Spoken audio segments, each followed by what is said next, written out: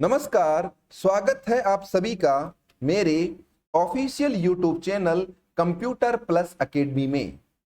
और आज का अपना स्पेशल टॉपिक है ऑपरेटर इन सी लैंग्वेज। सी लैंग्वेज का सबसे मोस्ट इंपॉर्टेंट टॉपिक जिसका नाम है ऑपरेटर।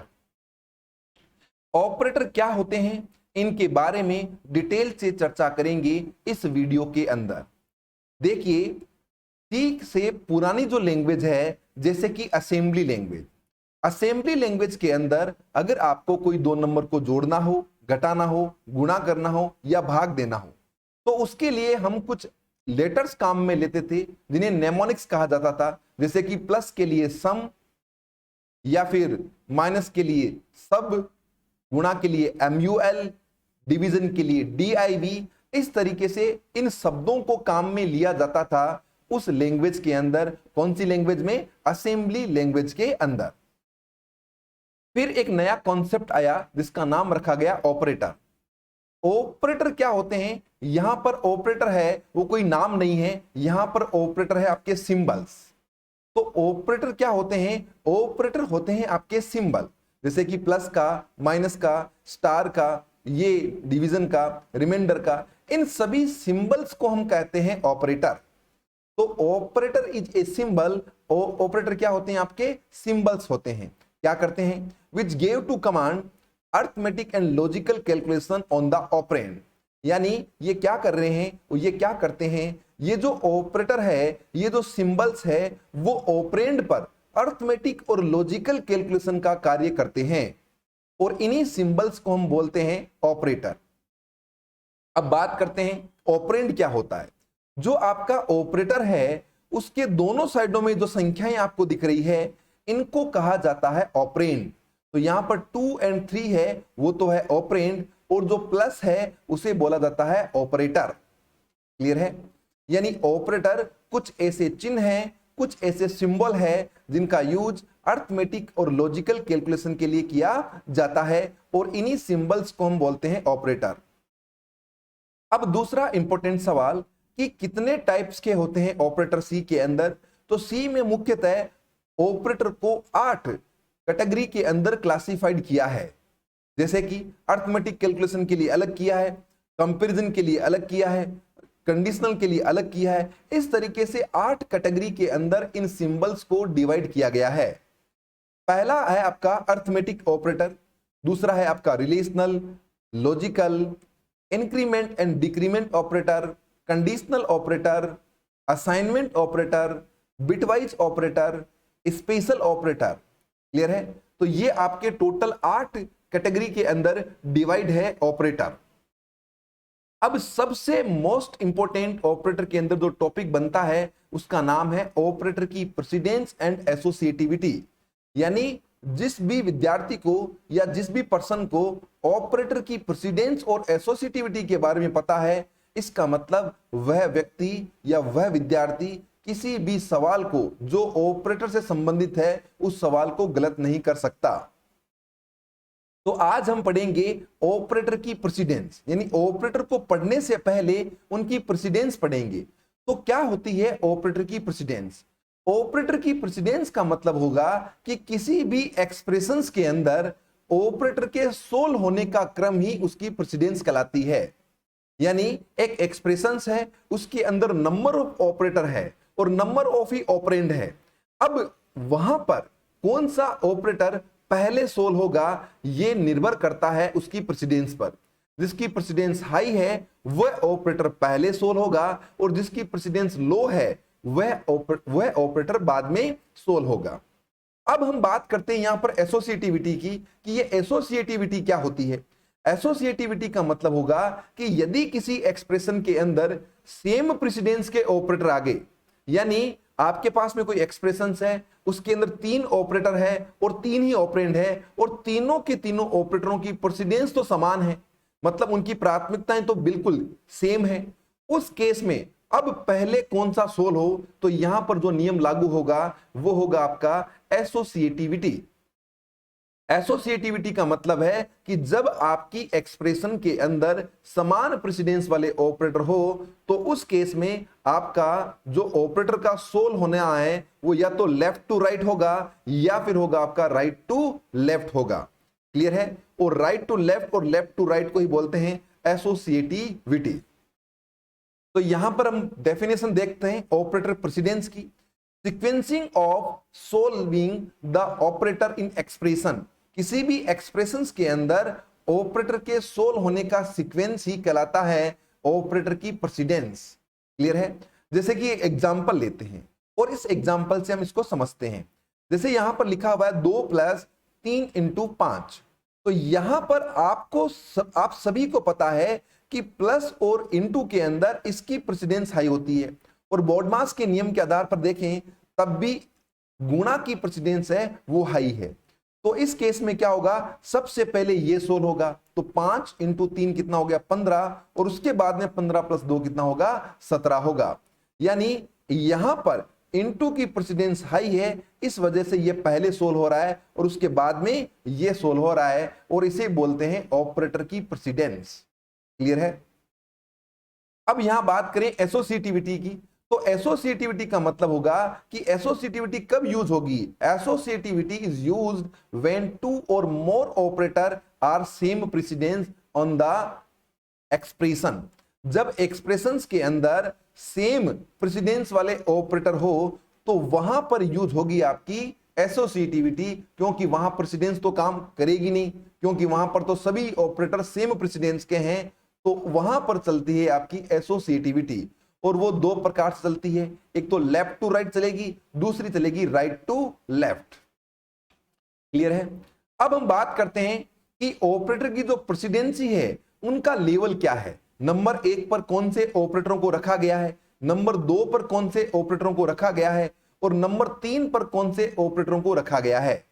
तो यहां पर आप देख पा रहे हैं सबसे हाई प्रेसिडेंस होती है ब्रैकेट की, और ब्रैकेट्स को हम ऑपरेटर ही मानते हैं, और सबसे हाई प्रेसिडेंस वाले होते हैं ब्रैकेट। यानी किसी एक्सप्रेशंस के अंदर अगर ब्रैकेट लगे हुए हैं, इसका मतलब ये जो ब्रैकेट है वो सबसे पहले सोल होंगे, क्योंकि इनकी प्रेसिडेंस नंबर 1 पर होती है, सबसे हाई प्रेसिडेंस वाले होते हैं ब्रैकेट। क्लियर है? नंबर 2 पर है यूनरी ऑपरेटर। यूनरी ऑपरेटर ऐसे ऑपरेटर है जो एक ही ऑपरेंड के साथ काम करते हैं, यानी एक ही ऑपरेंड के साथ इनको यूज किया जाता है, उन ऑपरेटरों को बोला जाता है यूनरी ऑपरेटर। अब यहां पर यूनरी ऑपरेटर कौन कौन से हो सकते हैं, जैसे कि माइनस। यहां पर अर्थमेटिक माइनस की बात नहीं कर रहा हूं, या केवल माइनस की बात कर रहा हूं। जैसे मैंने लिखा -5, तो ये यूनरी माइनस ऑपरेटर है। Plus plus, minus minus, bitwise and, size of, not operator और वंस कॉम्प्लीमेंट, है ना, या बिटवाइज नॉट। तो इस तरीके से ये सभी के सभी ऑपरेटर है जो एक ही ऑपरेंड के साथ यूज किए जाते हैं, और इसी कारण इनकी प्रेसिडेंस है वो सबसे हाई होती है, यानी नंबर 2 पर होती है। क्लियर है? अब यहां पर हम बात करें कि यदि किसी एक्सप्रेशंस में ये सभी ऑपरेटर आ जाए, ये सारे के सारे ऑपरेटर आ जाए, तो उस केस में अब प्रेसिडेंस तो सबकी समान है, तो यहां पर काम करेगी एसोसिएटिविटी। और यूनरी ऑपरेटर की एसोसिएटिविटी है वो आपको याद रखना है, वो आपकी होती है राइट टू लेफ्ट, यानी जो एग्जीक्यूशन होगा ऑपरेटरों का वो होगा राइट टू लेफ्ट होगा। क्लियर है?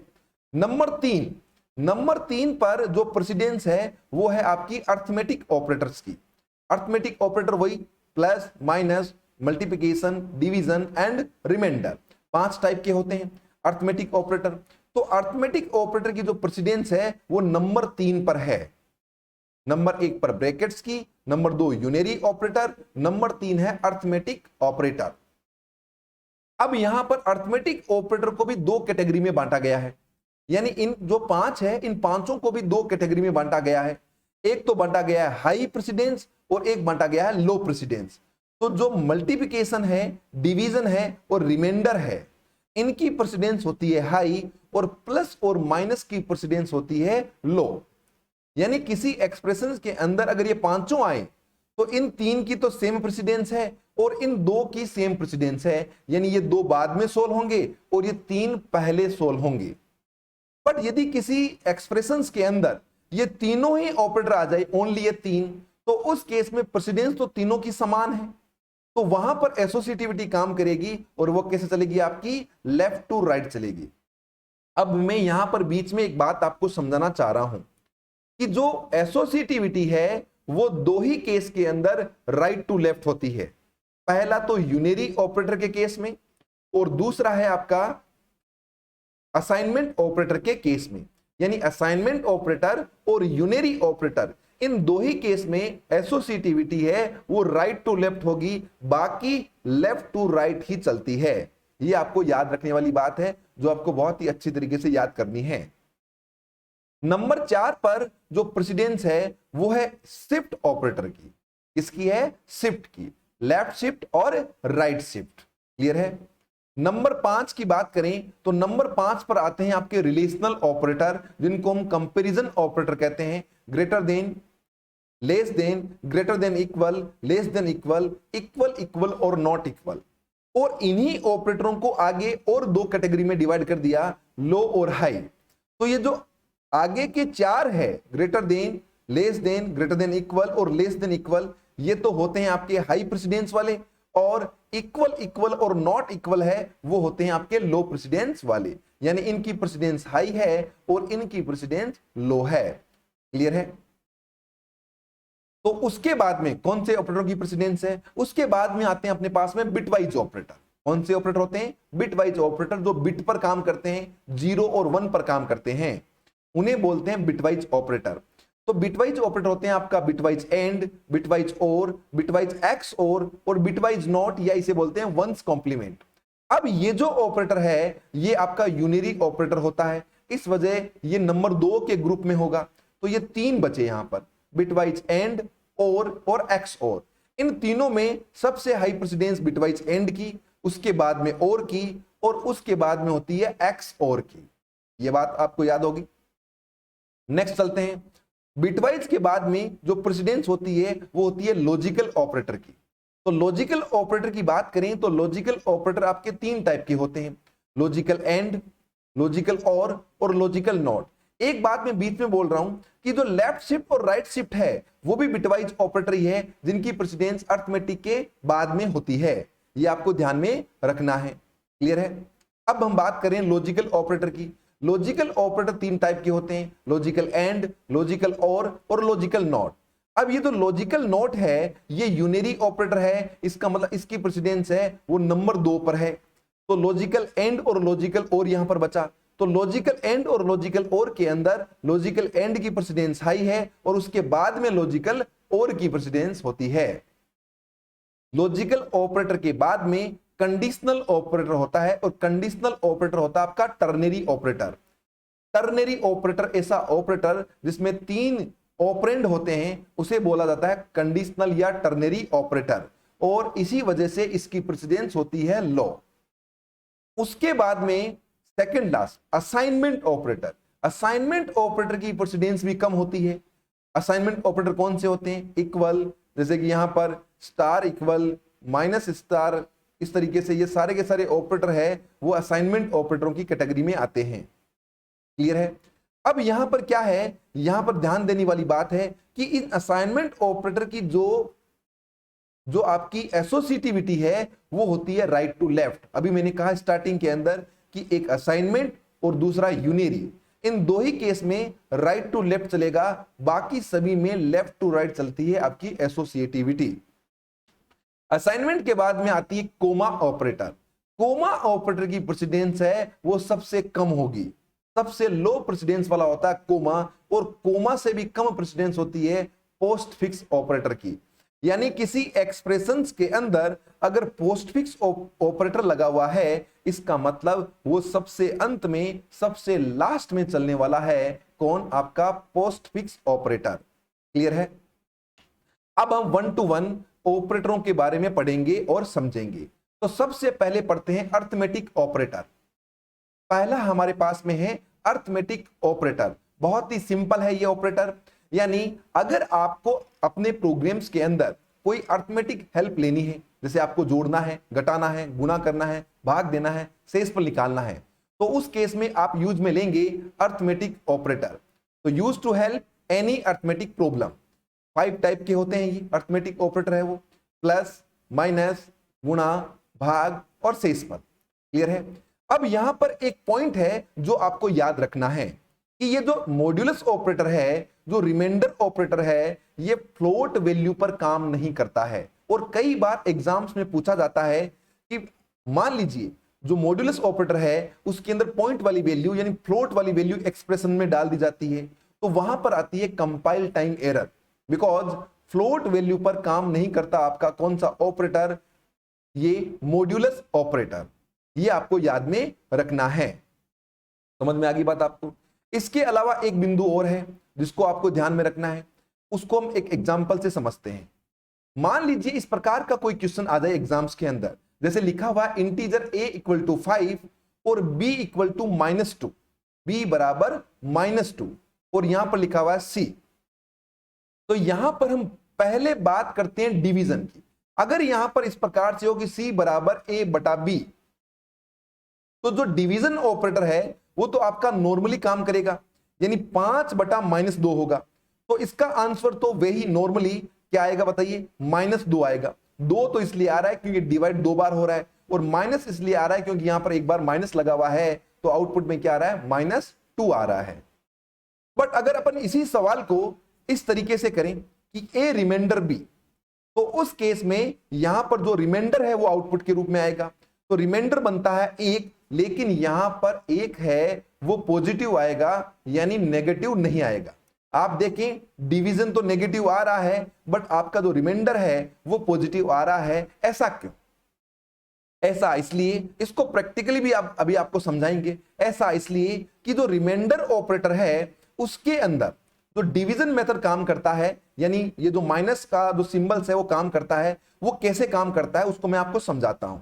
अगर आपके पास में रिमाइंडर ऑपरेटर है और रिमाइंडर ऑपरेटर के अंदर जो आउटपुट के अंदर माइनस का जो साइन है वो पहले ऑपरेंड पर डिपेंड करता है। ध्यान से सुनना है, एक बार दोबारा से रिवाइज कर रहा हूं। यानी रिमाइंडर जो ऑपरेटर है उसके अंदर आपका जो माइनस का जो साइन है वो पहले ऑपरेंड पर डिपेंड करता है। यदि पहले ऑपरेंड का वैल्यू माइनस में है तो यहां पर रिजल्ट माइनस में होगा। यह केवल लागू होगा रिमाइंडर के केस में। और यदि पहला ऑपरेंड है वो पॉजिटिव है तो इसका रिजल्ट पॉजिटिव मिलेगा, और पहला ऑपरेंड अगर आपका माइनस में है तो रिजल्ट मिलेगा आपको माइनस में। तो यहां पर आप देखें रिमाइंडर की बात कर रहा हूं, यहां पर पहला ऑपरेंड पॉजिटिव है, इस वजह से इसका रिजल्ट क्या मिला, इसको पॉजिटिव मिला। क्लियर है। नेक्स्ट एग्जांपल और देखते हैं। इंटीजर a बराबर -5 और b बराबर -2। अब हम डिवाइड करेंगे तो डिवाइड तो नॉर्मली काम करता है, माइनस से माइनस कट जाएगा और आउटपुट में क्या आएगा, 2 आएगा। हम डिवीजन की बात नहीं कर रहे हैं। अगर यही चीज रिमाइंडर की बात करें तो उस केस में क्या होगा, उस केस में यह नियम लागू होगा कि यहां पर आप देखें कि एक्सप्रेशंस के अंदर जो सेकंड वेरिएबल है वो कैसा है, सेकंड वेरिएबल या सेकंड ऑपरेंड। तो सेकंड ऑपरेंड क्या, सॉरी फर्स्ट ऑपरेंड क्या है, तो फर्स्ट जो ऑपरेंड है, सेकंड की बात नहीं कर रहा हूं, किसकी बात कर रहा हूं, फर्स्ट ऑपरेंड की बात कर रहा हूं। फर्स्ट ऑपरेंड क्या है, फर्स्ट ऑपरेंड अगर माइनस का है तो रिजल्ट माइनस में मिलेगा, और फर्स्ट ऑपरेंड अगर प्लस का है तो रिजल्ट आपको मिलेगा प्लस का। तो यहां पर आप देख पा रहे हैं कि पहला जो ऑपरेंड है वो माइनस में है, इस वजह से यहां आउटपुट क्या मिला, माइनस में मिला। क्लियर है। इसको एग्जांपल से और समझेंगे डिटेल से। अब यहां पर देखिए कुछ एक्सप्रेशंस को और देखते हैं। जैसे कि मान लीजिए यहां पर लिखा हुआ है इंटीजर a बराबर 2 + 3 × 5 + 3 - 2, क्या रिजल्ट होगा इसका, इसको समझते हैं। तो यहां पर अभी मैंने आपको बताया कि ब्रैकेट की प्रेसिडेंस होती है वो सबसे हाई होती है। तो यहां 3 - 2 कितना बना, बताओ, 1 बना। यहां क्या बना, 1 बना। तो ये आउटपुट होगा 2 + 3 × 5 + 1, 2 + 3 × 5 + 1।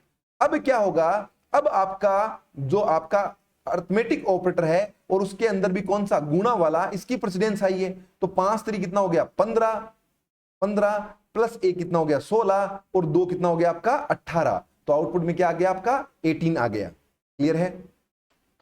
अब हम इसको प्रैक्टिकली करके समझते हैं कि प्रैक्टिकल किस तरीके से इसको करेंगे। ठीक है, तो चलते हैं हम सीधा अपने सॉफ्टवेयर के अंदर। तो यहां पर ये देखिए, ये आपका सॉफ्टवेयर टर्बो C++। यहां पर चलते हैं और यहां पर एक प्रोग्राम न्यू ले लेता हूं यहां पर, और यहां पर मैंने लिखा हैश इंक्लूड stdio.h और यहां लिखा हैश इंक्लूड conio.h और लिखा void main, और मैंने लिखा यहां पर इंटीजर a बराबर लिखा 5 और b बराबर लिखा मैंने -2। समझना ढंग से, -2। ठीक है, अब मैंने लिखा c बराबर a बटा b, c बराबर लिख दिया a बटा b, और यहां पर d बराबर लिख दिया a remainder b, a remainder b, और प्रिंट किया इनको प्रिंट एफ। प्रिंट करते हैं प्रिंट एफ। यहां पर बात करेंगे पहले c की। ठीक है, c बराबर %d, अगेन फिर अपन d को प्रिंट करते हैं, d बराबर, यह एक काम करते हैं, यहां पर वेरिएबल को ले लेते हैं, एक तो c का नाम ले लेते हैं, यहां पर c की जगह वेरिएबल ले लेते हैं हम यहां पर डिवीजन, और यहां पर ले लेते हैं रिमाइंडर। क्लियर है। तो यहां पर मैंने लिखा डिवीजन, वेरिएबल का नाम लिखा डिवीजन, और यहां पर वेरिएबल का नाम लिखा रिमाइंडर। अब मैंने यहां पर लिखा डिवीजन, डिवीजन, और यहां पर लिखा रिमाइंडर बराबर %d। क्लियर है। और मैंने लिखा यहां पर div पहला वेरिएबल और rem दूसरा वेरिएबल, गेट ch, और प्रोग्राम को करते हैं कंप्लीट। और यहां पर मैं लगा देता हूं क्लियर स्क्रीन, CLR SCR। समझ में आ गई बात आपको। यानी इसमें हम क्या कर रहे हैं, यहां पर आप देखें कि एक वेरिएबल लिया a = 5 और b = लिया है -2, और एक वेरिएबल डिवीजन का लिया है और दूसरा रिमाइंडर का लिया है। अब मैं कहूं कि डिवीजन के केस में तो नॉर्मली काम करेगा ये, है ना। कैसे, देखो इसका आउटपुट देख लेते हैं एक बार अपन। डिवीजन के केस में तो -2 आ रहा है, परंतु रिमाइंडर के केस में 1 आ रहा है। ऐसा क्यों, अभी मैंने आपको बताया, अभी मैंने आपको समझाया कि डिवीजन में तो क्या हुआ कि ये बना आपका 5, यहां पर लिखा 5 बटा -2, 5 बटा -2। इसका मतलब यह हुआ कि डिवीजन तो नॉर्मली आपका काम करेगा, यानी यहां पर जो नॉर्मली जो वर्क करता है वैसे ही होगा, 5 बटा 2 होगा, रिजल्ट में आएगा -2, क्योंकि एक बार माइनस का साइन लगा हुआ है। तो बट रिमाइंडर के केस में क्या होगा, रिमाइंडर के केस में माइनस का साइन केवल और केवल डिपेंड करेगा फर्स्ट ऑपरेंड पर, कि पहला ऑपरेंड अगर पॉजिटिव है तो आपको रिजल्ट पॉजिटिव मिलेगा, पहला ऑपरेंड अगर नेगेटिव है तो रिजल्ट मिलेगा आपको नेगेटिव। तो आप देख पा रहे हैं यहां पर जो डिवीजन है वो तो -2 आया है, बट रिमाइंडर है वो +1 है। समझ में आ गई बात आपको। अब थोड़ा इसको चेंज करते हैं, यहां पर मैं लिख देता हूं माइनस, यहां पर लिख देता हूं माइनस, और यहां पर लिख देता हूं इसको 2। तो इस केस में क्या होगा, इस केस के अंदर आप देखेंगे कि डिवीजन तो आपका नॉर्मली काम करेगा वही -2, और रिमाइंडर भी क्या होगा -1 होगा। तो देखिए डिवीजन भी -2 आ गया और रिमाइंडर भी -1 आ गया इस केस में। ऐसा क्यों, ऐसा इसलिए क्योंकि अब की बार मैंने कहा कि मॉड्यूलस ऑपरेटर पर डिवीजन जो मेथड काम करता है वो पहले ऑपरेंड के साइन पर डिपेंड करता है। पहला ऑपरेंड अगर माइनस का है तो रिजल्ट माइनस का मिलेगा, पहला ऑपरेंड अगर पॉजिटिव है तो पॉजिटिव मिलेगा। डिवीजन तो नॉर्मली जैसे करता है वैसे ही करेगा, बट बात कर रहा हूं मैं यहां पर रिमाइंडर की। क्लियर है। अब मैंने यहां पर लिखा -2, उस केस में क्या होगा, उस केस में यहां पर डिवीजन में तो नॉर्मली माइनस माइनस कटेगा और पॉजिटिव मिलेगा आपको 2, और इस केस में आपको मिलेगा, अब बताइए पहला ऑपरेंड क्या है, माइनस का है, तो यहां पर आउटपुट जो मिलेगा वो मिलेगा आपको माइनस का 1। क्लियर है? तो यहां पर देखिए डिवीजन तो माइनस माइनस कट गया, बट आपका रिमाइंडर है वो आपको क्या मिल रहा है, -1 मिल रहा है। ये बात आपको समझ में आ गई शायद? क्लियर है? अब यहां पर एक बात हो, अगर मान लीजिए मैंने यहां पर बी के अंदर वैल्यू इनपुट कर दी 2 पॉइंट, जैसे कि मान लो मैंने यहां पर इनपुट कर दिया 2.35, इस तरीके से वैल्यू इनपुट कर दी। अब मैं यहां पर डिवाइड कर रहा हूं, यानी ए रिमाइंडर भी कर रहा हूं, तो यहां पर प्रोग्राम के अंदर आएगी एक कंपाइल टाइम एरर। कैसे? देखिए यहां पर मैंने लिखा है रिमाइंडर इंटीजर ए बराबर -5 और बी बराबर लिखा है 2.35। ठीक है, और यहां पर मैं इसको माइनस को यहां से हटा देता हूं, एक बार माइनस को यहां से हटा दिया, और यहां पर मैं क्या कर रहा हूं, इसको यहां पर लिखूंगा फ्लोट। क्या लिखूंगा? फ्लोट, क्योंकि ये पॉइंट वाली वैल्यू है तो इसलिए इसको फ्लोट के अंदर डिफाइन करना पड़ेगा। क्लियर है? और यहां पर आप डिफाइन करोगे डिव, और यहां पर आप डिफाइन करोगे रिमाइंडर। यस, अब आएगी कंपाइल टाइम एरर। पहले क्यों नहीं आई? क्योंकि पहले हमने बी वेरिएबल को फ्लोट वेरिएबल नहीं बनाया था। क्लियर है? अब आप चलाओगे तो अब क्या हो रहा है कि रिमाइंडर, मैंने अभी स्टार्टिंग में कहा कि जो रिमाइंडर ऑपरेटर होता है वो फ्लोट वैल्यू पर कार्य नहीं करता है, इसको करते हैं रन। और ये देखिए आ चुकी है error, illegal use of floating point. आप यहां पर, और देखो एरर भी यहीं पर है, यानी यहां पर एरर आई है, इसका मतलब आप यहां पर फ्लोटिंग पॉइंट को काम में नहीं ले सकते हैं। तो समझ में आ गई बात आपको? ये था हमारे पास में अर्थमेटिक ऑपरेटर। कौन से ऑपरेटर थे? Arithmetic operator. क्लियर है? अब नेक्स्ट चलते हैं हम यहां पर अपना, नेक्स्ट हमारा है अर्थमेटिक के बाद में रिलेशनल ऑपरेटर। कौन सा ऑपरेटर है? Relational operator. रिलेशनल ऑपरेटर क्या करते हैं, किन्हीं भी दो थिंग्स को आपस में कंपेयर करते हैं, किन्हीं दो वैल्यूज को आपस में कंपेयर करने का काम करते हैं। इस वजह से इन ऑपरेटरों को रिलेशनल ऑपरेटर कहा जाता है, क्योंकि ये ऑपरेटर एक तरीके से रिलेशन बताते हैं कि कौन किससे छोटा है, कौन किससे बड़ा है। ये सब काम है वो कंपेयर करके बताता है, इस वजह से इसे हम रिलेशनल ऑपरेटर कहते हैं, या इन्हें कंपैरिजन ऑपरेटर भी बोलते हैं। और कंपेयर करने के बाद ये रिजल्ट के रूप में आपको ट्रू और फॉल्स देते हैं, और इसी वजह से इनको हम कंडीशन भी कहते हैं। इन्हें क्या कहते हैं? कंडीशन, क्योंकि इनका जो रिजल्ट होता है वो 0 या 1 यानी ट्रू और फॉल्स के रूप में होता है। क्लियर है? तो देखिए इसका यूज क्या है, यूज टू कंपेयर, इसका काम है कंपेयर करना, इसीलिए इसको कंपैरिजन ऑपरेटर कहते हैं। और ये रिटर्न करते हैं आपको ट्रू एंड फॉल्स, यानी 1 एंड 0। कितने टाइप्स के होते हैं? 6 टाइप के होते हैं, greater than, less than, greater than equal, less than equal, equal equal और नॉट इक्वल। ये 6 टाइप के होते हैं आपके रिलेशनल ऑपरेटर। क्लियर है? अब हम कुछ एग्जांपल्स देते हैं रिलेशनल ऑपरेटर का। यहां पर हम देख पा रहे हैं, यहां पर लिखा हुआ a बराबर 5 greater than 4 less than 3 equal equal 2। ये कुछ ऐसी एक्सप्रेशंस आपको दिखाई दे रही है।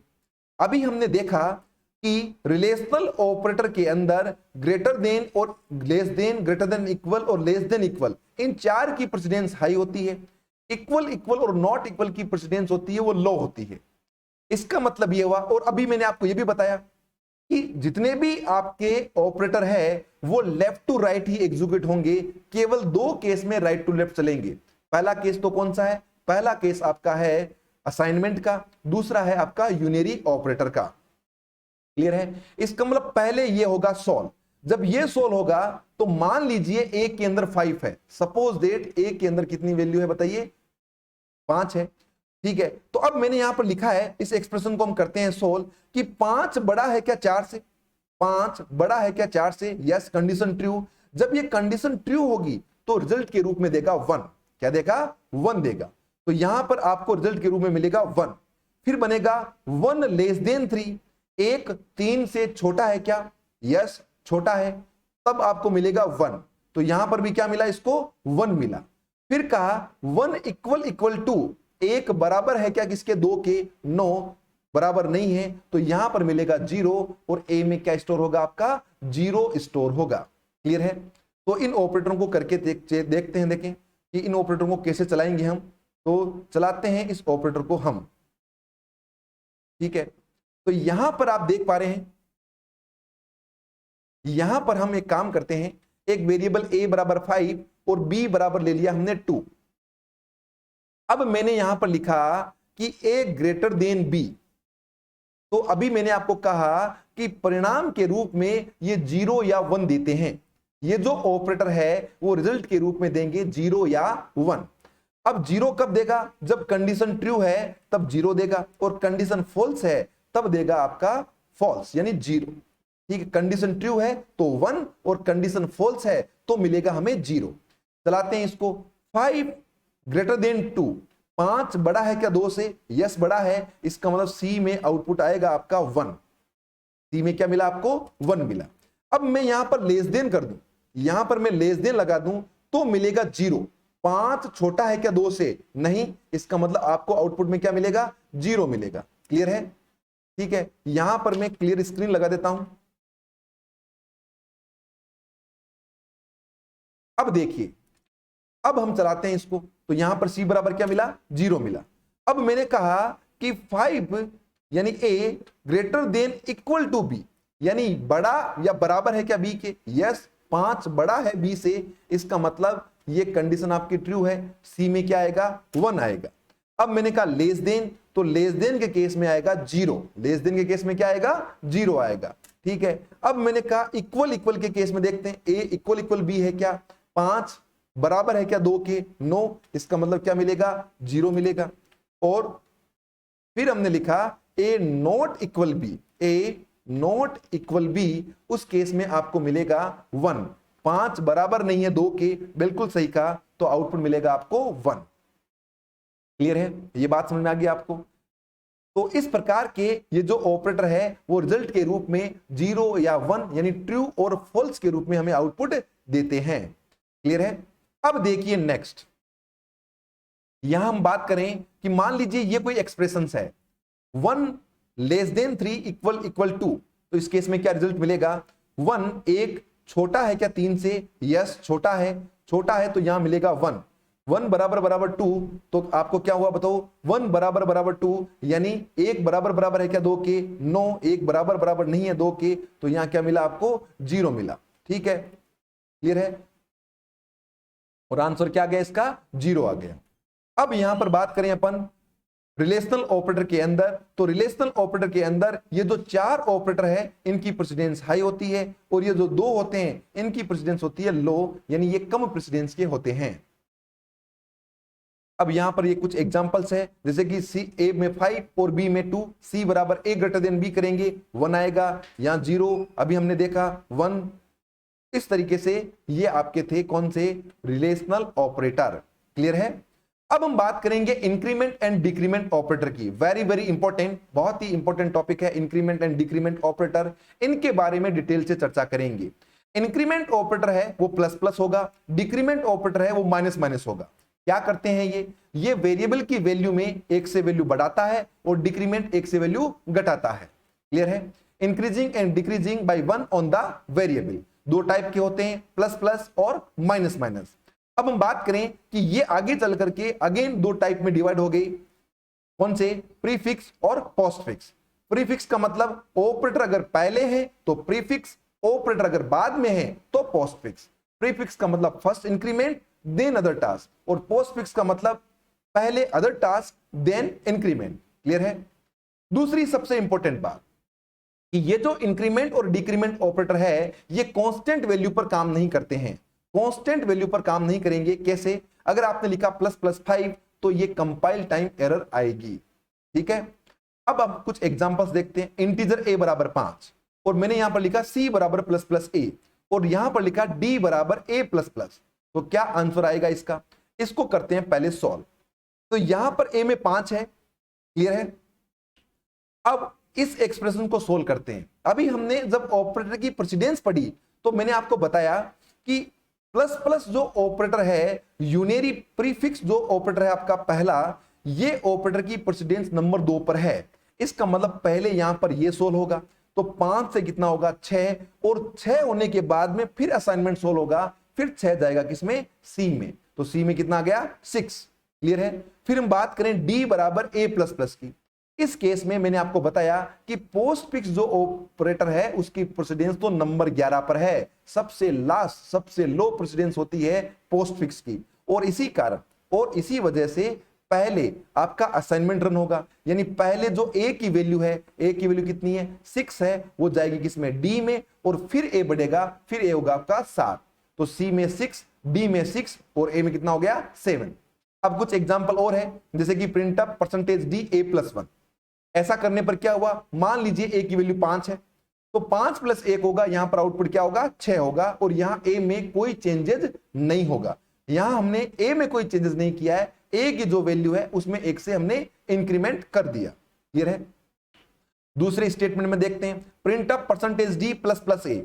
इसमें क्या हो रहा है, इसमें पहले आप देख पा रहे हैं कि प्रीफिक्स है, यूनरी है, प्रेसिडेंस हाई है, तो पहले होगा आपका इंक्रीमेंट। इंक्रीमेंट का मतलब 5 से कितना होगा ये 6, और उसके बाद में होगा प्रिंट, तो पहले 6 होगा, यानी ए प्लस, पहले तो आपका बढ़ेगा और उसके बाद में क्या होगा प्रिंट होगा।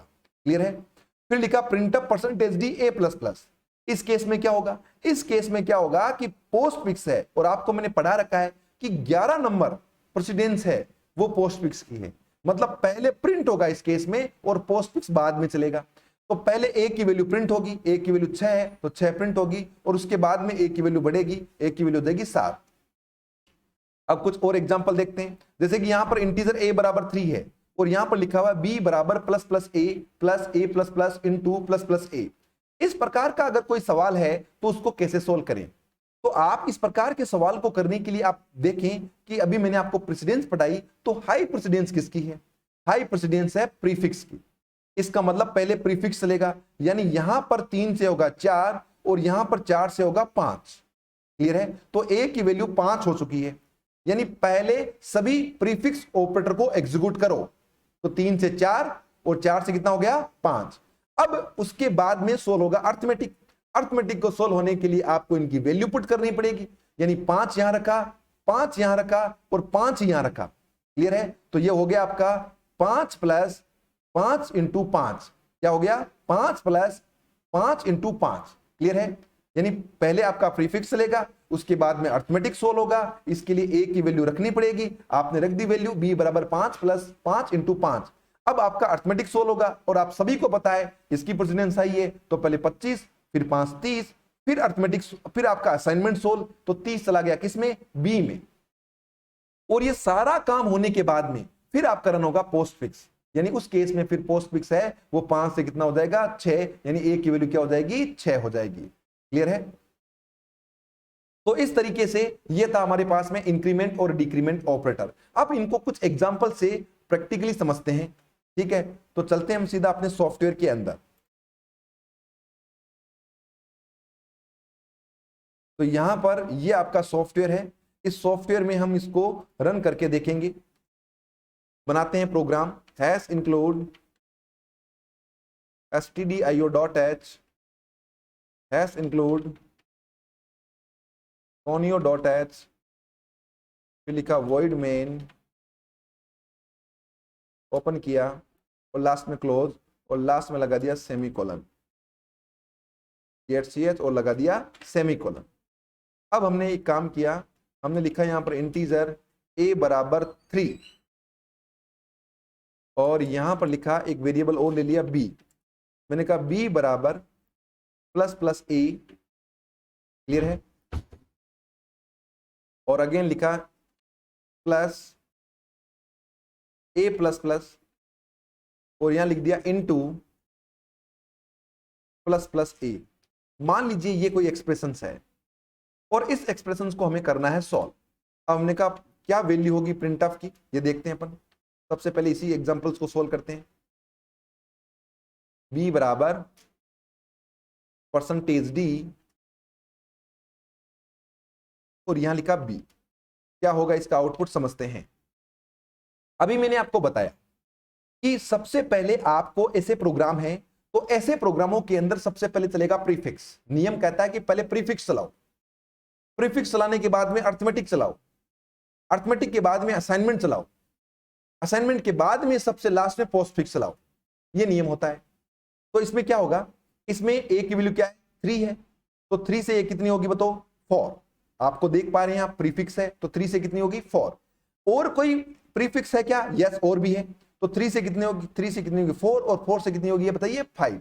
तो a की वैल्यू यहां पर 4 हुई और यहां पर होगी 5। समझ में आ गई बात आपको? अब आपको करना है अर्थमेटिक सोल्व, क्योंकि पोस्ट फिक्स तो चलना है नहीं, सबसे लास्ट में चलना है ये। तो अब 5 5 और 5 यहां रख देंगे, तो 5 + 5 × 5, ये आ गया आंसर। यानी ये क्या हुआ, बना क्या बताइए 5 + 5 × 5, ये बना आपका आंसर यहां पर। क्लियर है?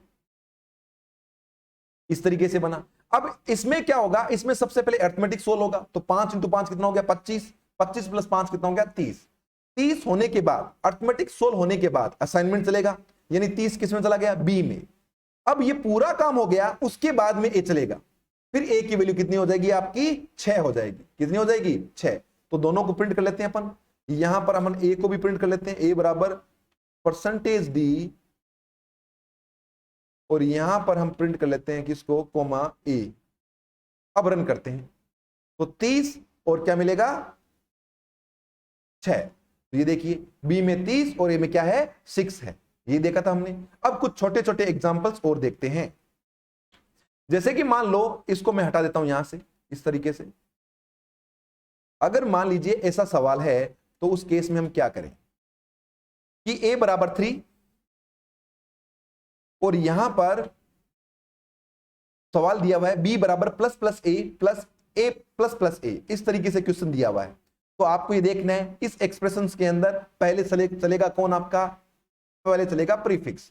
तो a में 3 से कितना हो गया 4, और यहां पर 4 से कितना हो गया 5। समझ में आ रही बात आपको? यानी a में 3 है, देखिए एक्सप्रेशन के अंदर प्रीफिक्स है क्या, यस है, बढ़ा दो वैल्यू, 3 से कितनी होगी 4, और प्रीफिक्स है क्या 4 से कितनी होगी 5। अब आप क्या करें, अर्थमेटिक सोल्व करें। अर्थमेटिक सोल्व करने के लिए आप क्या करेंगे, यहां लिखेंगे 5 + 5, यानी आपका जो आउटपुट है वो होगा 5 + 5, इस तरीके से। तो 5 और 5 कितना हो गया 10, यानी आपका 10 है वो किस में चला जाएगा बी में। क्लियर है? रन करते हैं इसको, तो देखिए बी में 10 और ए में कितना है 5 है। क्लियर स्क्रीन कर लेते हैं ताकि पहले का जो लिखा हुआ है वो मिट जाए। Clear screen. अब चलाते हैं इसको, देखिए ए में 3 है, 3 से यहां पर 4 हुआ, 4 से यहां पर 5 हुआ। अर्थमेटिक सोल्व होने के लिए ए की वैल्यू पुट की, यहां पर 5 रखा, यहां पर 5 रखा 10, और बी में कितना गया 5 आ गया। क्लियर है? अब इसका उल्टा करें, इसका उल्टा अगर अपन करें, जैसे कि मैंने यहां लिख दिया a++, और यहां पर भी मैंने लिख दिया a++, उस केस में क्या होगा, उस केस में आप देखें कि a की वैल्यू कितनी है 3 है। पोस्ट फिक्स पहले नहीं चलेगा, पोस्ट फिक्स की जो प्रेसिडेंस है वो सबसे लो है। इसका मतलब पहले इस केस में अर्थमेटिक सोल्व होगा। तो a की वैल्यू रख दो यहां पर 3, यहां पर भी रख दो 3, 3 और 3 कितनी होगी 6। तो b में क्या चला गया आपका 6 चला जाएगा। अब b में जाने के बाद में a बढ़ेगा, a कितना होगा 3 से 4, और 4 से यहां पर क्या हो जाएगा 5 हो जाएगा। तो यहां पर देखिए b में 6 है और a में क्या है 5 है, 3 और 3 6, और a की वैल्यू कितनी होगी, जैसे ये वैल्यू गई उसके बाद में 3 से ये 4 हुआ, और 4 से क्या हुआ 5 हुआ। ये बात समझ में आ गई आपको? तो बहुत ही सिंपल है, किसी भी प्रकार के एक्सप्रेशंस को ले सकते हैं आप। यहां पर आप लिख दो, यहां पर आप लिख सकते हैं, जैसे थोड़ी बड़ी एक्सप्रेशंस लिख देता हूं यहां पर मैं प्लस, फिर मैंने कहा ++a, फिर मैंने कहा प्लस, फिर मैंने कहा a++, फिर मैंने कहा प्लस, फिर लिखा मैंने -a, या फिर मान लो मैंने लिख दिया यहाँ पर ++a, फिर मैंने कहा प्लस, फिर इस तरीके से मैंने कुछ एक्सप्रेशंस को लिख दिया। कैसे भी लिख सकते हैं आप। अब यहां पर देखिए ऐसी कोई एक्सप्रेशंस है, तो उस केस में आप देखें कि प्रीफिक्स कितने लगे हुए हैं। प्रीफिक्स आप देख पा रहे हैं यहां पर 1 और 2 लगा हुआ है। तो a की वैल्यू कितनी है 3, a की वैल्यू यहां पर कितनी है 3 है, 3 है, तो यहां कितनी होगी 4, और यहां पर कितनी होगी 5, यहां पर तो होगी 4 और यहां पर कितनी होगी 5। अब अर्थमेटिक सोल्व होगा, क्योंकि पोस्ट फिक्स तो सबसे लास्ट में सोल्व होगा, तो यहां पर रखा जाएगा 5 5 5 5 और 5, यानी 1 2 3 4 और 5। आप रन करके देखो इसको, क्या मिला बताओ आपको 25 मिला है ना। 5 10 15, 20 और 25। बिल्कुल सही है। यानी आपने क्या किया, ए की वैल्यू में पहले जो प्रीफिक्स था उसको चलाया तो ए की वैल्यू 3 थी, 3 से यहां पर 4 हुई, 4 से यहां पर 5 हुई। अब आपको अर्थमेटिक सोल्व किया, तो वैल्यू रखी, यहां 5 रखा, यहां 5 रखा, यहां पर 5, यहां पर 5 और यहां पर 5, फिर 5 प्लस 5 प्लस 5 प्लस 5 किया तो आया आपका आंसर 25। 25 चला गया बी में जाने के बाद में अब आपका पोस्टफिक्स चलेगा। क्लियर है? तो 5 से कितना हो गया बताइए, 5 से ये हुआ 6, ये हुआ 7 और ये हुआ आपका 8। 3 पोस्टफिक्स लगे हुए हैं, तो 5 तो थी वैल्यू, 5 से 6, 6 से 7 और 7 से 8। क्लियर है? इस तरीके से ये आपको आउटपुट के रूप में मिलता है। ये बात समझ में आ गई? तो उम्मीद कर रहा हूं कि ये तीनों ऑपरेटर आपको बहुत ही बेहतरीन तरीके से समझ में आए। आगे के नेक्स्ट ऑपरेटर हम हमारे नए वीडियो के अंदर करेंगे। तब तक धन्यवाद।